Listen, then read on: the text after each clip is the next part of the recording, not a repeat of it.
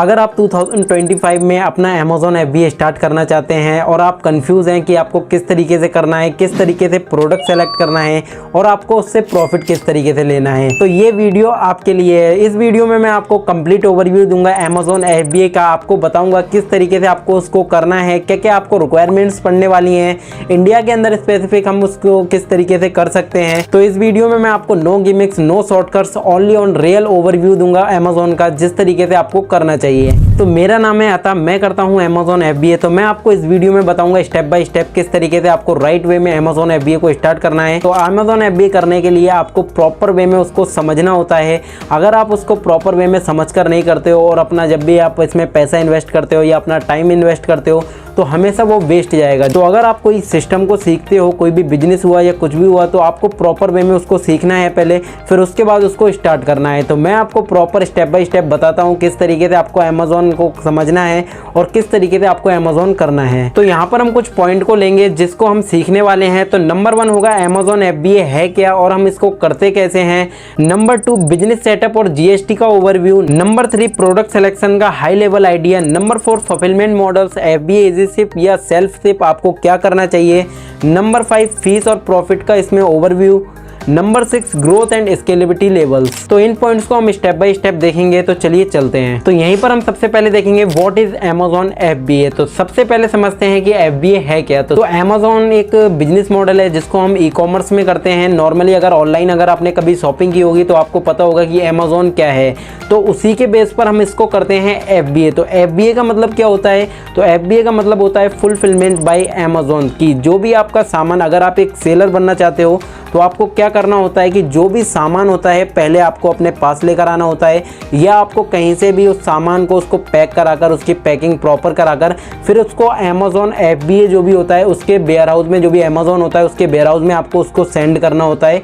जब भी आप उसको सेंड कर देते हैं, जब भी कस्टमर का ऑर्डर आता है तो सारा जो भी पिकअप होता है या जो भी उसकी डिलीवरी होती है या जो भी रिटर्न्स होते हैं या उसकी पैकिंग से लेकर या रिटर्न से लेकर या उसकी डिलीवरी से लेकर सारा Amazon इसको हैंडल करता है। तो यहाँ पर मैं आपको सिंपली वे में बता देता हूँ कुछ पॉइंट्स में कि Amazon FBA क्या चीज़ है और ये वर्क कैसे करता है। तो नंबर 1 है कस्टमर सर्विस। Amazon इसको हैंडल करता है जो भी कस्टमर सर्विस होती है। नंबर 2 होती है जो भी डिलीवरी। तो इसकी जो भी डिलीवरी होती है वो फास्ट डिलीवरी होती है, क्योंकि इसमें आपका जो भी प्रोडक्ट होता है उसमें प्राइम जो भी होता है एडवांटेज मिल जाता है, उसमें प्राइम बैज लग जाता है। नंबर 3 होता है स्केल, जो आपके लिए मैनुअल लॉजिस्टिक जो भी प्रॉब्लम होती है वो बिल्कुल भी नहीं होती है, क्योंकि इसमें सारा जो भी लॉजिस्टिक का जो भी होता है वो सारा Amazon हैंडल करता है। जो भी डिलीवरी होती है वो सारा सब कुछ Amazon हैंडल करता है। तो मैंने आपको बता दिया है कि Amazon क्या है और Amazon FBA वर्क किस तरीके से करता है। तो इंडिया में सेलर अकाउंट आपको ओपन करने के लिए कुछ चीज़ों की ज़रूरत होती है, जैसे GST हो गया हमारा, नंबर 2 हमारा हो गया पैन कार्ड, और यहाँ पर नंबर 3 हो गया हमारा बैंक अकाउंट जिसमें पेमेंट कलेक्ट करेंगे हम। तो यहाँ पर 3 चीज़ें हमारे लिए मेनली बेसिक्स होती हैं जो Amazon सेलर सेंटर के लिए है। GST registration mandatory for more than 20 lakh जो भी टर्नओवर होता है ईयरली, उसके लिए हमको चाहिए होता है। लेकिन अगर आप ऑनलाइन अगर आप कुछ भी सेल करना चाहते हो तो इसमें इंटर स्टेट जो भी सप्लाई होती है वो आप करते हो तो आपको GST रजिस्ट्रेशन आपको लेना ही पड़ता है। अगर आप 20 लाख की सेल भी नहीं कर रहे हो 1 ईयर पे, तब भी आपको इसको लेना पड़ेगा, क्योंकि आप इसमें इंटर स्टेट जो भी सप्लाई होती है ऑनलाइन करते हो तो आपको GST की जरूरत पड़ने वाली है। और यहीं पर हमारा आ जाता है पैन कार्ड और बैंक अकाउंट, जिससे हम पेमेंट कलेक्ट करेंगे। जो भी पेमेंट होगी Amazon की जो भी कस्टमर से हमारी आएगी वो हमारे किस बैंक अकाउंट में जाएगी। तो आप इसको सेविंग भी ले सकते हो और आप इसको करंट भी ले सकते हो। लास्ट होता है हमारा एड्रेस वेरिफिकेशन, जो भी होती है हमारी KYC। जिस एड्रेस से आप काम करते हो उसका आपको KYC कराना पड़ता है, जो आप GST में करते हो नॉर्मली, तो उसके बाद आपको KYC करना पड़ती है जो Amazon सेलर सेंट्रल के अंदर आप करते हो स्टेप बाय स्टेप। यहाँ पर हमने देख लिया है कि हमको क्या क्या जरूरत पड़ने वाली है, Amazon FBA क्या चीज़ है, हमको सेलर सेंट्रल ओपन करने के लिए क्या क्या चाहिए, तो हमको पता चल जाएगा इंडिया स्पेसिफिक हमको क्या क्या नीड पड़ने वाली है। अब हम देखते हैं इसके बाद हमको क्या क्या ज़रूरत पड़ेगी। तो इसके बाद हमको ज़रूरत पड़ने वाली है एक प्रोडक्ट की, जिसको हम कहते हैं प्रोडक्ट रिसर्च। तो प्रोडक्ट रिसर्च करने के लिए आपको यहाँ पर कुछ क्राइटेरिया को लेकर चलना होता है, जिसमें आपके मेन 3 रोल होते हैं जो भी प्रोडक्ट सिलेक्शन में होते हैं। अगर आपके पास प्रोडक्ट ही अच्छा नहीं है तो आप कहीं पर भी कोई भी सेल नहीं कर पाओगे। अगर आपका प्रोडक्ट अच्छा है तो आप कहीं पर भी कोई भी प्रोडक्ट सेल कर लोगे और आप उससे प्रॉफिट ले लोगे। तो आपको जो भी है प्रोडक्ट अपना अच्छा रखना होता है। तो यहाँ पर मैं आपको बताता हूँ कि जो भी आपके क्राइटेरिया होते हैं वो किस तरीके से होते हैं, जो भी प्रोडक्ट के होते हैं। तो नंबर 1 आ जाती है हमारी प्रोडक्ट की डिमांड की, वो किस तरीके से सर्च करा जा रहा है मार्केट के अंदर। किस तरीके से लोग उसको परचेस करने के लिए तैयार हैं, कितने लोग उसको सर्च कर रहे हैं, ये चीज़ हमको देखना पड़ता है। अगर मैं आपको बोलूँ मोर देन 3000 अगर उसके सर्च वॉल्यूम प्लस हैं तो आपको उसको सेलेक्ट करना चाहिए, क्योंकि 3000 प्लस अगर उसके सर्च वॉल्यूम है तो उसकी डिमांड काफ़ी अच्छी है, तो आपको इस चीज़ को देखना पड़ेगा। नंबर 2 आ जाता है हमारा कंपटीशन। तो अगर आपने डिमांड को देख लिया है, अगर डिमांड अच्छी है तो प्रोडक्ट का आपको डिमांड के बाद आपको देखना पड़ता है कंपटीशन। तो कंपटीशन आपको किस तरीके से देखना है कि आपको देखना है जो भी रिव्यूज़ हैं सेलर्स के, जो भी टॉप 10 सेलर हैं या जितने भी सेलर हैं उनके आपके रिव्यूज़ देखना है कि जो भी रिव्यूज़ हैं वो किस तरीके से हैं, जो बड़े बड़े ब्रांड उसको डोमिनेट तो नहीं कर रहे हैं, कोई ऐसा ब्रांड तो नहीं है जो उसको एक ही पेज पर 3 से 4 बार उसको सेल कर रहा है। तो आपको ये चीज़ देखना पड़ेगा कि कंपटीशन अगर उसका हाई है, अगर आप उस प्रोडक्ट को सेलेक्ट कर लेते हो तो आपको वो लोग आगे बढ़ने ही नहीं देंगे कि आप उसको प्रोडक्ट को सेल कर पाओ। तो आपको हमेशा देखना है कि प्रोडक्ट की हाई डिमांड किस तरीके से है, वो सेल किस तरीके से हो रहा है, फिर उसमें कंपटीशन किस तरीके से है। कंपटीशन अगर ज़्यादा है तो हम उस प्रोडक्ट को कभी सेल नहीं करेंगे, क्योंकि हमें मेन देखना है कि कंपटीशन कम होना चाहिए प्रोडक्ट में, क्योंकि आप एक बिगिनर होगे तो आपको सेल लाने के लिए आपकी तरह बिगिनर्स चाहिए जो पहले से ही अच्छी सेल कर रहे हैं और नॉर्मली उनके रिव्यूज़ हैं, तो रिव्यूज़ हमको देखकर चलना होते हैं। तो अगर आप देख रहे हो जो भी आपके कॉम्पिटिटर हैं, कॉम्पिटिटर मतलब अदर सेलर जो भी आपका प्रोडक्ट सेल कर रहे हैं, तो उनके अगर टॉप 10 जो भी फर्स्ट पेज है प्रोडक्ट का उसमें 500 से कम उनके रिव्यूज़ हैं या 500 या उससे ज़्यादा नहीं है, मतलब जो 2-3 अगर एक आध चल जाता है, लेकिन अगर उससे ज़्यादा रिव्यूज़ रेटिंग है तो वो लोग आपको आगे ही नहीं बढ़ने देंगे, क्योंकि वो लोग पहले से उसको सेल कर रहे हैं। तो ये चीज़ आपको देखना पड़ेगा कि कंपटीशन किस तरीके से उस प्रोडक्ट में। नंबर 3 आ जाता है हमारा लॉजिस्टिक। तो आपको प्रोडक्ट का वेट देखना पड़ता है कि वो कितना वेट का है, उसका साइज क्या है, वॉल्यूमेट्रिक वेट उसका किस तरीके से है, ये आपको सब कुछ देखना होता है। अगर आपका प्रोडक्ट 500 ग्राम से ज़्यादा का है या उसका जो भी साइज है वो एक शू बॉक्स से बड़ा है तो आपको उसको कभी सेलेक्ट नहीं करना है। तो अगर आपका प्रोडक्ट ज़्यादा बड़ा हुआ है या उसका जो भी साइज है या उसका प्लस में उसका जो भी वेट है वो ज़्यादा है, 500 ग्राम से ज़्यादा है, तो उसकी शिपिंग कॉस्ट ही इतनी हो जाएगी कि उससे आप प्रॉफिट मार्जिन ले ही नहीं सकते हो। तो आपको ये चीज़ देखकर चलना है कि जो भी प्रोडक्ट है उसका डिमांड वगैरह सब कुछ अच्छा है, लेकिन आपको उसका वेट भी देख के चलना है। अगर वेट उसका 1 kg के अंदर ही मैं अगर आपको बोलूँगा, अगर आप बिल्कुल बिगिनर हो तो मैं आपको बोलूँगा कि 500 ग्राम्स के अंदर ही रहना चाहिए। जो भी नॉर्मल एक शू बॉक्स है उसके साइज का रहना चाहिए या उससे बड़ा नहीं होना चाहिए, जिससे कि आप एक बिगिनर में सर्वाइव करने के लिए मेन आपके लिए ये प्रोडक्ट का वेट और साइज भी बहुत काम आता है। तो आपको ये चीज़ देखकर चलना है। यहाँ पर हमने प्रोडक्ट के क्राइटेरियाज को देख लिया है, किस तरीके से हमको एक प्रोडक्ट को फाइंड करना है, क्या क्या क्राइटेरियाज लगाना है।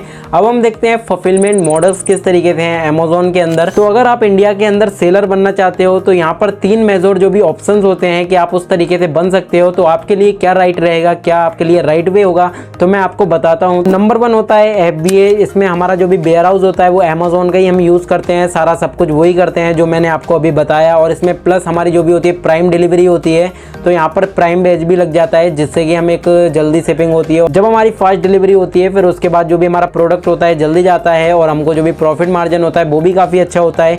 नंबर 2 होता है हमारा ईजी शिप। तो ईजी शिप में कुछ इस तरीके से होता है, जो भी प्रोडक्ट होता है वो आप खुद ही लेकर आते हो और उसकी जो भी ऑर्डर आता है जब भी कस्टमर से, तो जो भी प्रोडक्ट होता है आप उसको पैक करते हो और डिलीवरी वगैरह इसको अमेज़न हैंडल करता है। वो आपका जो भी घर हो या ऑफिस हो वहाँ से आपका जो भी प्रोडक्ट होगा वो पिकअप करते हैं और आपका जो भी कस्टमर तक यहाँ पर डिलीवर करते हैं। तो जब भी रिटर्न वगैरह आएगा वो आपको ही आएगा और यहाँ पर जो भी डिलीवरी लॉजिस्टिक्स होते हैं अमेज़न के वो आपको लेकर आएंगे जो भी प्रोडक्ट होता है और आपको देंगे उसको, और यहाँ पर आप सारा मैनेज करोगे। जो भी रिटर्न्स होते हैं, शिपिंग होती है, ये नॉर्मली आपको सब कुछ देखना पड़ता है। तो नंबर 3 होता है सेल्फ शिप। तो जो सेल्फ शिप होता है, अगर आपका कोई भी कस्टमर ऑर्डर आता है तो उसको आप खुद ही पैक करते हो और जब भी कस्टमर का ऑर्डर आएगा तो आप खुद ही उसको जो भी है पिकअप कराओगे और खुद ही उसको डिलीवर कराओगे अमेज़न जो भी कस्टमर होता है कस्टमर के पास। इसमें अमेज़न आपको कुछ भी हैंडल नहीं करता है, आपको सब कुछ खुद ही करना होता है। जो भी रिटर्न्स होंगे वो भी आपको खुद ही हैंडल करना होंगे, जो भी कुरियर पार्टनर्स हैं वो आपको खुद ही रखना होंगे अपने, या आपको जो भी प्राइवेट में हो या कैसे भी हो, आइए आप खुद जाकर वहाँ पर डिलीवर करो,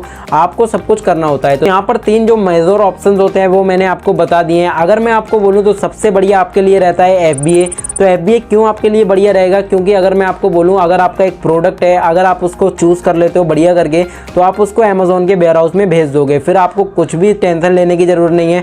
आपको सिर्फ अपनी मार्केटिंग पर ध्यान देना है और प्लस में आपको जो भी PPC एडवर्टाइजिंग पर ध्यान देना है और आपका जो भी जाएगा रिव्यू रेटिंग्स वगैरह इन सब पर आपको ध्यान देना है। तो मेन आपका रह जाता है जो भी डिलीवरी वगैरह या कस्टमर की जो भी हेडेक होती है सारा अमेज़न हैंडल करता है, आपको कुछ भी हैंडल नहीं करना है। मैं आपको बोलूँगा कि आपको FBA करना चाहिए, आपका टाइम सेविंग होता है, प्लस में आपका जो भी प्रोडक्ट होता है वो अच्छे से फास्ट डिलीवरी होती है उसकी। इसमें थोड़ी कॉस्ट आपकी बढ़ जाती है यहाँ पर ईजी शिप से, क्योंकि सारा सब कुछ अमेज़ॉन ही हैंडल करता है, जो भी पैकिंग वगैरह आपकी।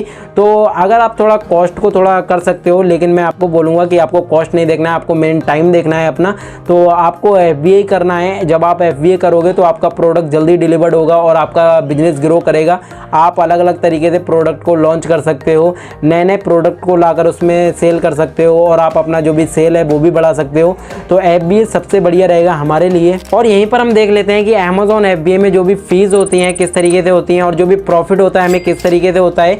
तो इसका हम एक ओवरव्यू देख लेते हैं। तो अमेज़ॉन फीस में आता है जैसे रेफरल फीस आ गई, जो हमारी 5 से 20% होती है, जो डिपेंडिंग ऑन कैटेगरी कि आप देखते हो किस कैटेगरी में आप अपना प्रोडक्ट सेल कर रहे हो, वो आपको पता चल जाता है कि आप किस कैटेगरी में सेल कर रहे हो और आप कैलकुलेटर पे जाके चेक कर सकते हो प्रॉफिट मार्जिन अपना। और यहीं पर आ जाती है हमारी FBA फुलफिलमेंट फीस, जो भी पैकेजिंग होती है, डिलीवरी होती है, ये सब कुछ अमेज़ॉन हैंडल करता है। तो जो भी प्रॉफिट कैलकुलेशन होता है वो हम नॉर्मली जाकर अमेज़ॉन FBA जो भी कैलकुलेटर होता है वहां पर जाकर हम देख सकते हैं। कोई भी प्रॉफिट मार्जिन जो भी हमारे प्रोडक्ट का होता है वो मैं आने वाले वीडियोस में आपको बताऊंगा किस तरीके से आपको अपने प्रोडक्ट का प्रॉफिट मार्जिन चेक करना है, कितना आपको प्रॉफिट होगा, कितने का आपको लेकर आना है, ये सब कुछ मैं आपको आने वाले टाइम में बताऊंगा।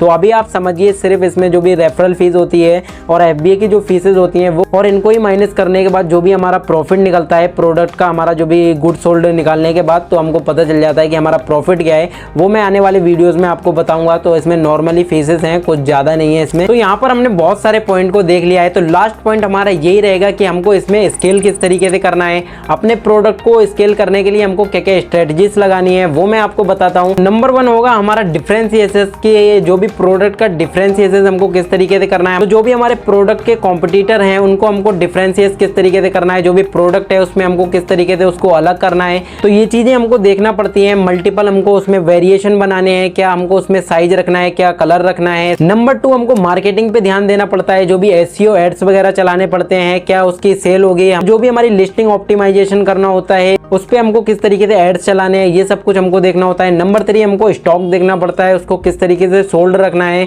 किस तरीके से रखना है जिससे कि वो आउट ऑफ स्टॉक ना हो। ये सब कुछ हमको देख कर चलना होता है। तो मैंने आपको बता दिया है कि अमेज़ॉन FBA क्या है, कैसे काम करता है, क्या क्या आपको नीड पड़ने वाली है इसके अंदर, तो आपको किन बातों का ध्यान रखना है। तो मैंने आपको स्टेप बाय स्टेप सारा बता दिया है। तो आपको आने वाले वीडियोस में मैं आपको स्टेप बाय स्टेप बताता भी जाऊंगा किस तरीके से आपको प्रोडक्ट सर्च करनी है, डिफरेंशिएशन क्या होता है, प्रॉफिट मार्जिन किस तरीके से हमको कैलकुलेट करना है, एक प्रोडक्ट को प्रॉपर फाइंड करके उसको स्केल करने तक हमको यहाँ पर उसकी डिलीवरी से लेकर यहाँ पर उसको हमको ग्रोथ से लेकर ये सब कुछ हम देखेंगे। तो आने वाले वीडियोस में हम बहुत सारी चीज़ें देखने वाले हैं। तो अभी मैंने आपको बेसिक्स बता दिए हैं कि अमेज़ॉन FBA वर्क किस तरीके से करना है, उसमें क्या क्या मेन होता है हमारे लिए, ये सब कुछ मैंने आपको बता दिया है। तो फिर हम मिलते हैं अपनी अगली वीडियो में।